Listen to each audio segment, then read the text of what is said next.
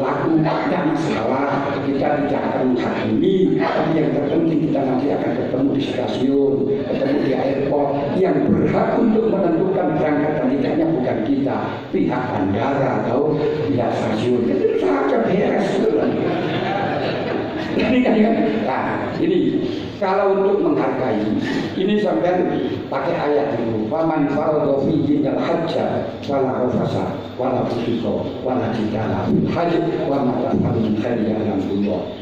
Sepanjang masa mulai budak memakan gembak dalam haji itu tidak ada pertengkaran, tidak ada geger. Nanti ada ini, tidak ada. Padahal sana kumpul beraneka ragam, apa itu mazhab beraneka ragam sekte, beraneka ragam aliran, beraneka ragam kulit, beraneka ragam macam-macam. Tapi tidak ada satupun yang geger. Kenapa? Karena Gusti Allah dikasih ini, faman faradha fina al-hajja fala rafasa, jangan rafas. Tapi Allah Ta'ala memerintahkan wanita harus buka wajah, haram tutup wajah, tapi jangan rafas. Makanya Gus Dur mengatakan walaupun itu bagaimanapun gak ada pengaruh. Kalau kamu ngarungkan jangan lihat, gitu loh. Karena rafas. Nah ini kan harus ditutup, kalau ditutup. Ya sudahlah kamu jangan lihat kan, kalau dibuka kamu yang lihat dulu. Para musuh jangan berbuat salah, wala jidal, jangan berebut kebenaran mata. Jidal itu menurut Imam Ghazali memberi kebenaran mata. Sehingga di sana sholat beraneka ragam macam tidak ada yang melarang, tidak ada yang menyalahkan.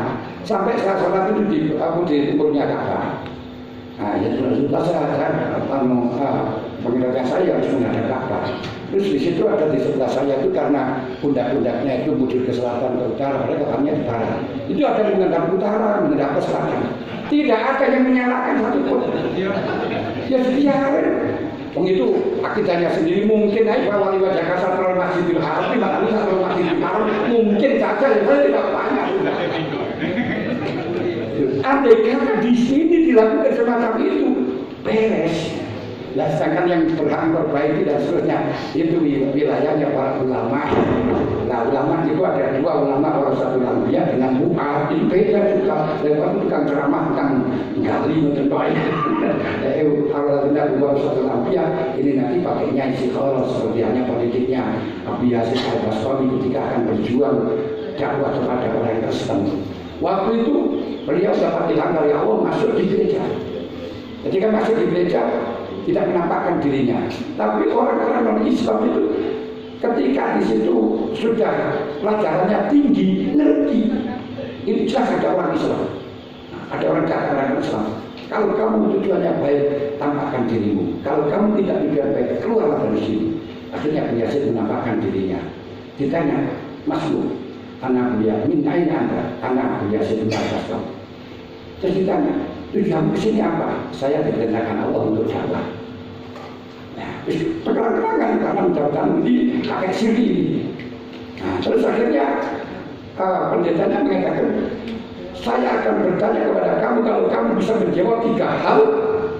Maksudnya 3 kali jawaban benar, maka saya jamin kamu bisa keluar dari sini dalam keadaan benar, dalam keadaan selamat.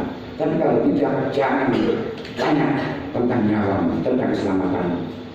Oke.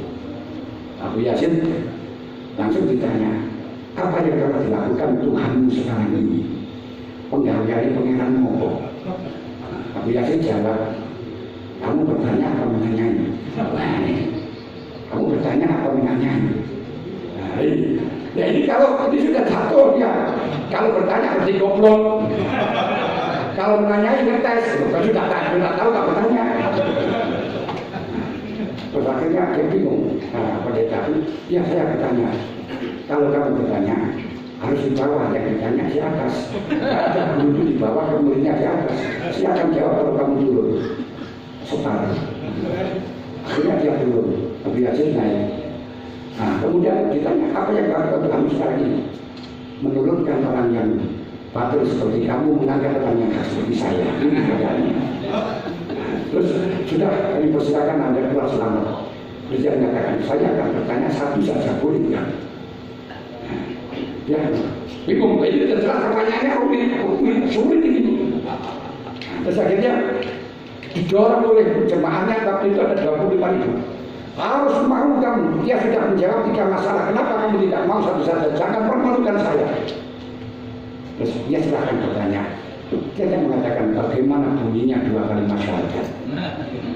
Bingung dari. Jadi kalau saya baca itu masuk Islam kalau tidak ya.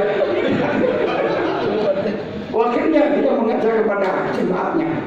Karena kamu yang mendorong untuk menerima pertanyaan, mari kita jawab bersama-sama. Asyhadu an la ilaha illallah wa asyhadu anna Muhammadar Rasulullah. 25.000 masuk Islam bersama. Tidak usah keker, tidak usah rame. Nah ini yang saya maksudkan.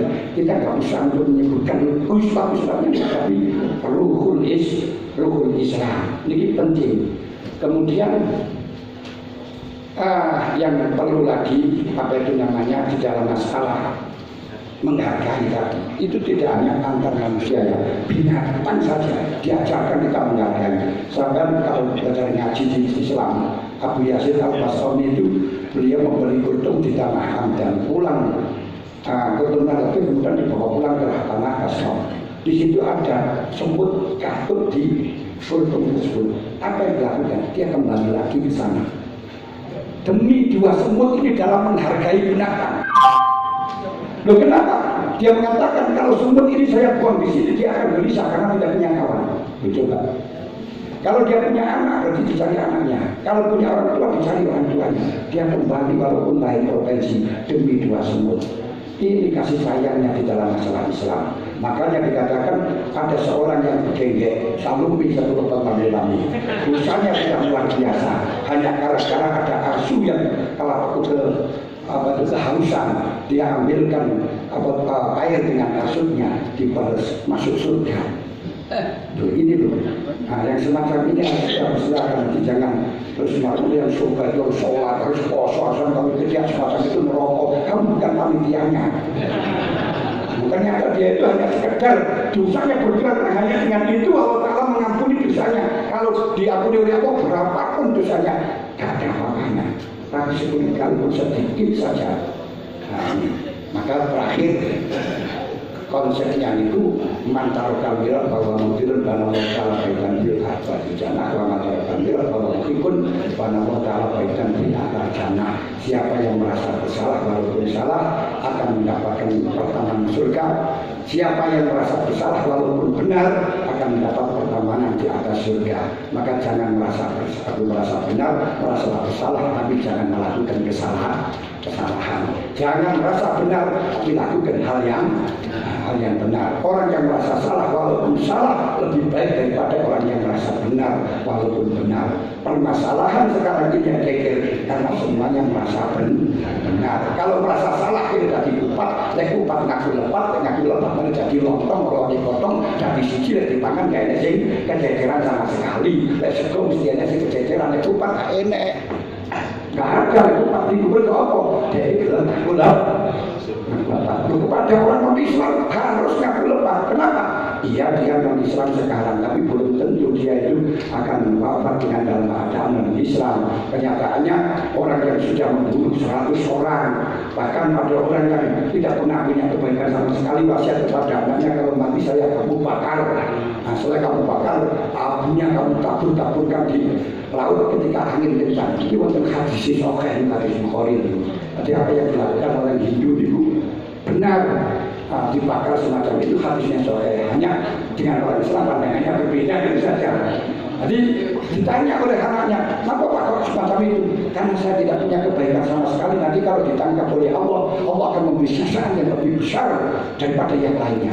Akhirnya dilakukan oleh anaknya dibakar, bahunya abunya ditaburkan di laut dalam keadaan angin kencang. Allah langsung mengatakan kepada bumi, ya arti ijma imami, kumpulkan yang ada di dirimu, ngadek mana kita maka malakam nasonata. Kamu lakukan itu kenapa? Jawabnya, jadi kumpul makhofatika ya Rob, waktu riwayatin min khosyatika ya Rob, karena takut kepada Allah. Kok khofat juga? Makanya orang hidup katakan kalau sudah dibakar diampuni kan gitu. Tapi bagi kita itu permasalahannya karena merasa rendahnya, merasa asalnya, merasa bersalahnya. Tapi perbedaan itu nggak bisa kita gabungkan, ya sudah, ya memang berbeda, ya silakan gitu saja. Nah, gitu. Tapi di pasti enak dengan itu soalnya.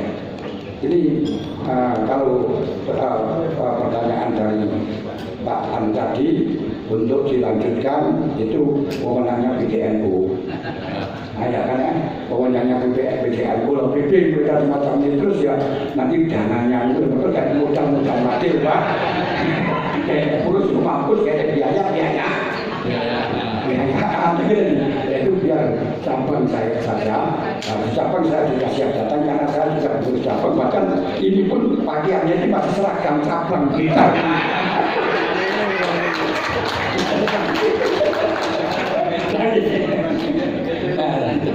Cuma dia sudah diusir dengan gaya kami. Akhirnya ya saya keluar. Jadi sementara yang kurang yang mana nanti kita bisa jalankan bersama-sama. Mohon maaf atas segala kesalahan ini. Memang Pak, setelah tidak Pak tunjukkan keberhasilanmu, tunjukkan akhlakmu. Wa khaliqin nasa bi khuluqin hasanin. Kan Sayyidina Ali ditanya, apa khaliqin nasa bi khuluqin hasanin? Wa faqadillah bi kulli syai' ma ada nasi salam ada kasih dengan budaya. Dan